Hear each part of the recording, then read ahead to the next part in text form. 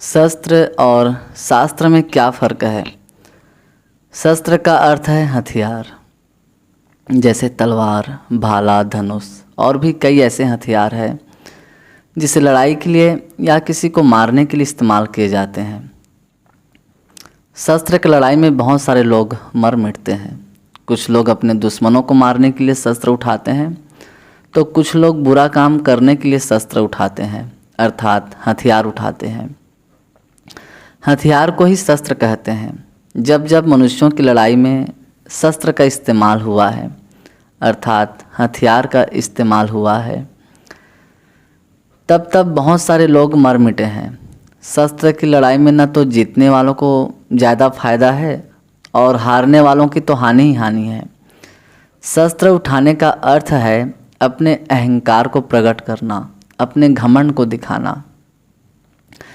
इसलिए आज जिस देश के पास ज़्यादा हथियार है, उनके पास ज़्यादा घमंड है, और यही घमंड आने वाले समय में बहुतों के नाश का कारण होने वाला है। यदि आज हर मनुष्य शस्त्र उठाने के बजाय शास्त्र पढ़ने लगे तो उन्हें शस्त्र उठाने की आवश्यकता नहीं है, क्योंकि शास्त्र के द्वारा मनुष्य बचाए जाते हैं। शास्त्र का अर्थ है मनुष्य को बचाने के लिए परमेश्वर की महान योजना, या फिर कहें कि मनुष्यों के प्रति परमेश्वर का सच्चा प्रेम जो पवित्र बाइबल में है, और पवित्र बाइबल को ही पवित्र शास्त्र कहा गया है। शास्त्र के द्वारा मनुष्य बचाए जाते हैं, क्योंकि शास्त्र में परमेश्वर की आज्ञा, परमेश्वर के नियम और परमेश्वर के सच्चे प्रेम के बारे में बताया गया है, जिसे कोई भी मनुष्य इस शास्त्र को पढ़कर अपने अहंकार से तौबा करके प्रभु यीशु मसीह में अनंत जीवन पा सकता है और खुद को और दूसरों को भी नाश होने से बचा सकता है। दूसरा तीमुथियुस 3:16-17 आयत में लिखा है, संपूर्ण पवित्र शास्त्र अर्थात पवित्र बाइबल परमेश्वर की प्रेरणा से रचा गया है और उपदेश और समझाने और सुधारने और धार्मिकता की शिक्षा के लिए लाभदायक है, ताकि परमेश्वर का जन सिद्ध बने और हर एक भले काम के लिए तत्पर हो जाए। उपदेश का अर्थ है बाइबल के वचनों के द्वारा उपदेश देना, और समझाने का अर्थ है परमेश्वर के वचन को ठीक रीति से समझाना, और सुधारने का अर्थ है परमेश्वर के वचन के द्वारा खुद के जीवन को सुधारना और इसी पवित्र शास्त्र की शिक्षा देकर दूसरों के जीवन को भी सुधारना, और धार्मिकता के शिक्षा के लिए लाभदायक। इसका सही अर्थ है धर्म की शिक्षा, और धर्म का अर्थ है धारण करना, और धारण करने का अर्थ है पहनना, अर्थात यीशु मसीह के स्वभाव और उसके चाल चलन को पहन लेना।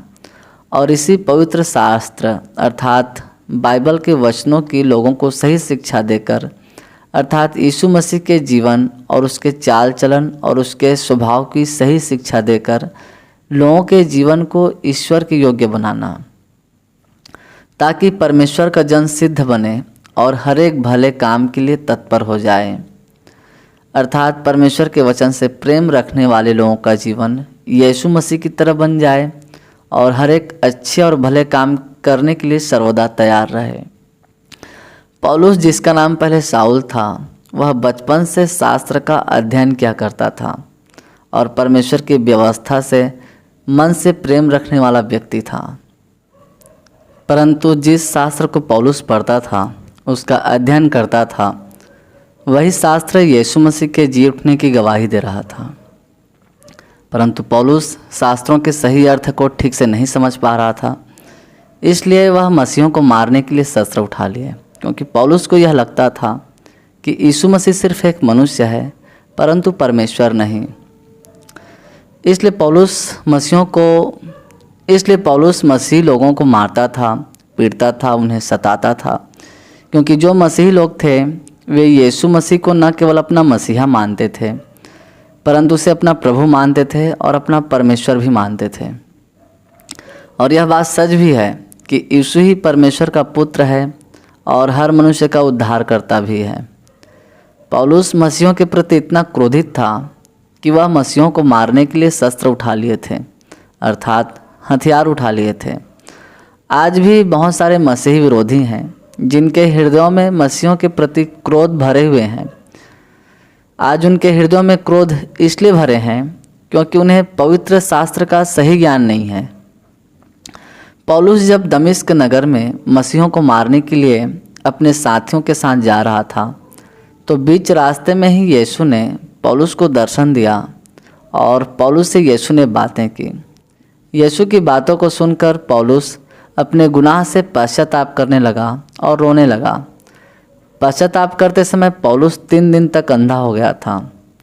3 दिन तक और 3 रात तक पौलुस ने न तो भोजन किया और न ही पानी पिया। फिर यीशु की आज्ञा के अनुसार हनन्याह ने पौलुस के लिए प्रार्थना की। उसके बाद पौलुस देखने लगा। जिस दमिश्क नगर में पौलुस शस्त्र लेकर मसीहों को मारने जा रहा था, उसी दमिश्क नगर में पौलुस शास्त्र लेकर यीशु मसीह का प्रचार करने लगा और यीशु मसीह के मरे हुओं में से जी उठने की गवाही देने लगा और दमिश्क नगर के लोगों को शास्त्रों से समझाने लगा कि यीशु ही मसीह है, अर्थात परमेश्वर है। और यीशु मसीह के बारे में दमिश्क में रहने वाले लोगों को शास्त्रों से समझाने लगा और गवाही देने लगा कि यीशु ही सच्चा प्रभु है और हर मनुष्यों का उद्धार करता भी।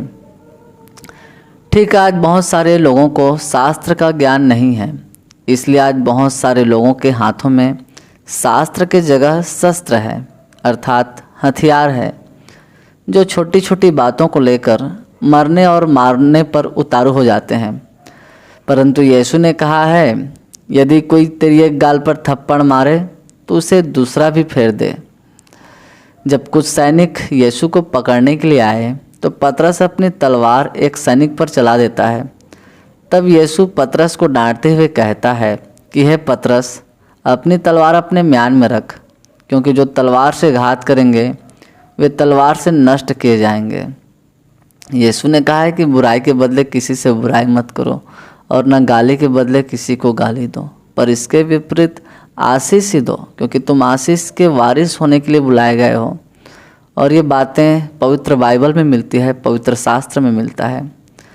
इस संसार में कई लोग हथियार धारण किए हुए, अस्त्र शस्त्र धारण किए हुए इस संसार में पापियों को मारने आए, परंतु हम पवित्र शास्त्र में अर्थात पवित्र बाइबल में पढ़ते हैं कि केवल एकमात्र यीशु मसीह ही पापियों को बचाने के लिए संसार में आया। जैसा हम यूहन्ना 3:16 में पढ़ते हैं तो वहाँ पर लिखा है, क्योंकि परमेश्वर ने जगत से ऐसा प्रेम किया कि उसने अपना इकलौता पुत्र दे दिया, ताकि जो कोई उस पर विश्वास करे वह नाश न हो परंतु अनंत जीवन पाए। यीशु ने यह भी कहा है, मैं इसलिए आया कि वे जीवन पाएँ और बहुतायात से पाएँ। रोमियो 10:11 में लिखा है, क्योंकि पवित्र शास्त्र यह कहता है, जो कोई यीशु मसीह पर विश्वास करेगा वह लज्जित ना होगा। अर्थात जो कोई यीशु मसीह पर विश्वास करेगा उन्हें न्याय के दिन लज्जित नहीं होना पड़ेगा, क्योंकि यीशु उन सभी लोगों के पापों को अपने लहू से धो दिए रहेगा जो यीशु मसीह को संपूर्ण मन से अपना उद्धारकर्ता स्वीकार कर लिए हैं, और वे सभी न्याय के दिन धार्मिकता के वस्त्र पहने हुए परमेश्वर के सम्मुख उपस्थित होंगे। जब पृथ्वी नष्ट हो जाएगी और हर मनुष्य प्रभु यीशु के न्याय आसन के सामने खड़े होंगे, तो यीशु मसीह केवल उन्हीं लोगों को अपने साथ स्वर्ग लेकर जाएगा जो उसके पवित्र नाम का भय मानते हैं, जो उसके पवित्र नाम का आदर करते हैं। परंतु वे सारे लोग दंड पाने के लिए छूट जाएंगे जिनके गुनाह यीशु के लहू से धोए नहीं गए और जिन्होंने यीशु के देह को नहीं पहना है या यीशु मसीह को अपने जीवन में पहला स्थान नहीं दिया। वे लोग आकाश के बादलों में यीशु मसीह को आते देखकर छाती पीट पीट कर रोएंगे कि जिन लोगों को हमने अपना ईश्वर समझा, जिनके पीछे हमने अपना जीवन, अपना समय, अपना धन सब कुछ गंवाया, उनमें से कोई भी हमें लेने नहीं आया, क्योंकि आकाश के बादलों में केवल यीशु मसीह और उसके सारे स्वर्गदूत दिखाई देंगे, कोई और नहीं। इसलिए वे लोग यीशु मसीह को आकाश के बादलों में आते देखकर छाती पीट पीट कर रोएंगे और लज्जित होंगे। और जो लोग आज पवित्र शास्त्र की बातों को नहीं मान रहे हैं और यीशु मसीह पर विश्वास नहीं कर रहे हैं, वे सभी न्याय के दिन निर्वस्त्र रहेंगे, अर्थात बिना कपड़े पहने हुए रहेंगे, और उनके तमाम गुनाह सभी लोगों को दिखाए जाएंगे। एक स्त्री का गुनाह उनके पति को दिखाया जाएगा, उनके माता पिता, भाई बहन और उनके सभी परिचित लोगों को दिखाया जाएगा। वैसे ही एक पुरुष का गुनाह उसके पत्नी को दिखाया जाएगा, उसके माता पिता, भाई बहन, उनके बच्चों को दिखाया जाएगा, क्योंकि उनके अपराध यीशु के लहू से धोए नहीं रहेंगे। और साथ ही साथ वे सभी निर्वस्त्र रहेंगे, क्योंकि उनके पास धार्मिकता का वस्त्र नहीं होगा जिससे वे आपस में एक दूसरे को देखकर लज्जित होंगे। परंतु यीशु मसीह के लोग धार्मिकता के वस्त्र पहने हुए महिमा के साथ यीशु के संग बादलों में उठा लिए जाएंगे। परंतु जो यीशु मसीह में नहीं है वे सारे लोग छोड़ दिए जाएंगे। यीशु मसीह पर विश्वास करना ही सच्ची धार्मिकता है कि यीशु हमारे पापों के कारण क्रूस पर मारा गया, गाड़ा गया और पवित्र शास्त्र के अनुसार मुर्दों में से तीसरे दिन जिंदा हुआ। क्रूस पर विश्वास करने वाले हर एक मसीहों को परमेश्वर ने धार्मिकता का वस्त्र दिया है। यीशु मसीह पर विश्वास करना ही सच्ची धार्मिकता है। जैसे अब्राहम ने परमेश्वर पर विश्वास किया और यही उसके लिए धर्म गिना गया। रोमियो 3:30 में लिखा है, क्योंकि एक ही परमेश्वर है जो खतना वालों को विश्वास से और खतना रहितों को भी विश्वास से धर्मी ठहराएगा। रोमियो 3:24 में लिखा है, परंतु उसके अनुग्रह से उस छुटकारे के द्वारा जो मसीह यीशु में है सेत में धर्मी ठहराए जाते हैं। जब आदम और हवा पाप किए तो वे निर्वस्त्र हो गए और वे एक दूसरे को देखकर लज्जित होने लगे। अतः आदम और हवा अपने नग्न तन को छुपाने के लिए अंजीर के पत्तों को जोड़ जोड़कर उसे लंगोट बनाकर पहन लिए। आदम और हवा को लगा कि इससे उसके गुनाह छिप जाएंगे, परंतु अदन की वाटिका में परमेश्वर के प्रवेश होते ही और परमेश्वर का शब्द सुनते ही आदम और हवा परमेश्वर से छिपने लगे और लज्जित होने लगे। आदम और हवा तो अंजीर के पत्तों को जोड़कर पहन लिए थे, फिर उन्हें परमेश्वर के सामने छिपने या लजाने की क्या आवश्यकता थी। दरअसल आदम और हवा परमेश्वर के विरोध में पाप किए थे, इसलिए वे बारी में परमेश्वर का शब्द सुनकर डर गए और परमेश्वर से छिपने लगे। ठीक उसी तरह आज मनुष्य गुनाह करके अपने आप को परमेश्वर से छिपाना चाहता है और अपने गुनाह को सांसारिक वस्त्रों से ढांपना चाहता है, कभी धर्म के काम करके, तो कभी दूसरों की भलाई करके, तो कभी गरीब और कंगाल को दान दक्षिणा देकर मनुष्य अपने पाप को ढांपने की कोशिश कर रहा है। यीशु मसीह के लहू के सहभागिता के बगैर मनुष्य के सारे धर्म और भलाई के कामों पर पाप के दाग और धब्बे लगे हैं। इसलिए मनुष्य जो भी भलाई और दान दक्षिणा के काम करता है उसमें उसके पाप के दाग और धब्बे लग जाते हैं। इसलिए मनुष्य के सारे धर्म और भलाई के काम परमेश्वर के सामने मैले चिथड़े कपड़े के समान हैं। तो अब शायद कुछ लोग यह सवाल करें कि क्या हमें धर्म और भलाई के काम बंद कर देना चाहिए? तो इसका जवाब मैं अपने आने वाले वीडियो में दूंगा। परंतु परमेश्वर ने आदम और हव्वा के तन को ढांपने के लिए एक मेमने को मारकर उसके चमड़े आदम और हव्वा को पहना दिए। परमेश्वर चाहता तो आदम और हव्वा को किसी और चीज़ों का वस्त्र बनाकर पहना सकता था, परंतु उसने ऐसा नहीं किया। उसने एक मेमने की कुर्बानी दी और उसके चमड़े आदम और हव्वा को पहना दिए। और वही मेमने की कुर्बानी यीशु मसीह के क्रूस की कुर्बानी को दर्शाता है।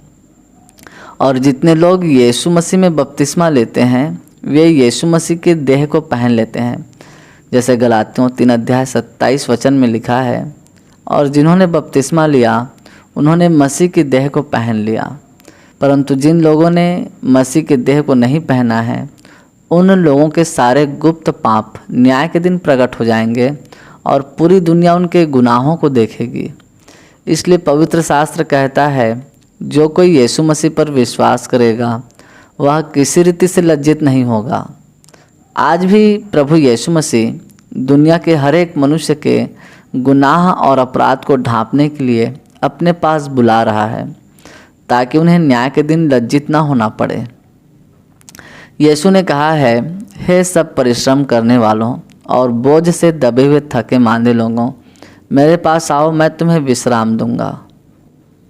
कुछ लोग कहते हैं कि यीशु मसीह केवल ईसाइयों का है, परंतु यीशु ने कहा है कि मेरा घर सब जातियों के लिए प्रार्थना का घर कहलाएगा।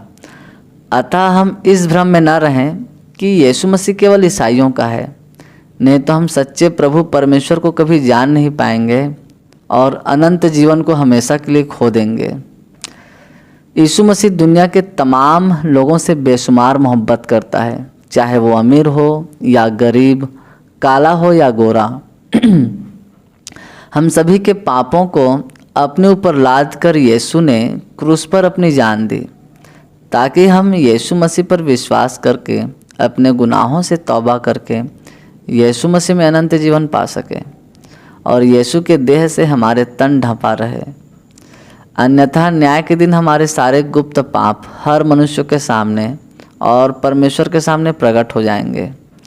इसलिए बाइबल कहती है कि जो कोई यीशु मसीह पर विश्वास करेगा वह किसी रीति से लज्जित ना होगा, परंतु जो लोग यीशु मसीह पर विश्वास नहीं करेंगे वे न्याय के दिन लज्जित होंगे।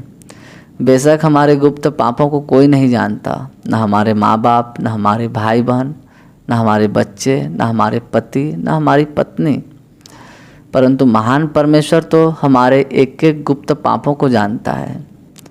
सभोपदेशक 12:14 में लिखा है, क्योंकि परमेश्वर सब कामों और सब गुप्त बातों का, चाहे वे भली हो या बुरी, न्याय करेगा। इसलिए हमारे पास अभी भी समय है कि हम पवित्र शास्त्र अर्थात बाइबल के वचनों को सुनकर या पढ़कर अपने हृदय को सच्चे परमेश्वर की तरफ फेरें, सच्चे प्रभु की तरफ फेरें। अगर ये समय निकल गया तो बाद में हमें उस धनवान व्यक्ति की तरह रोना पड़ेगा जो आज भी अधोलोक में रो रहा है। तो महान परमेश्वर इन वचनों के द्वारा आपको और आपके पूरे परिवार को प्रभु यीशु मसीह के नाम में आशीष प्रदान करे। आमीन।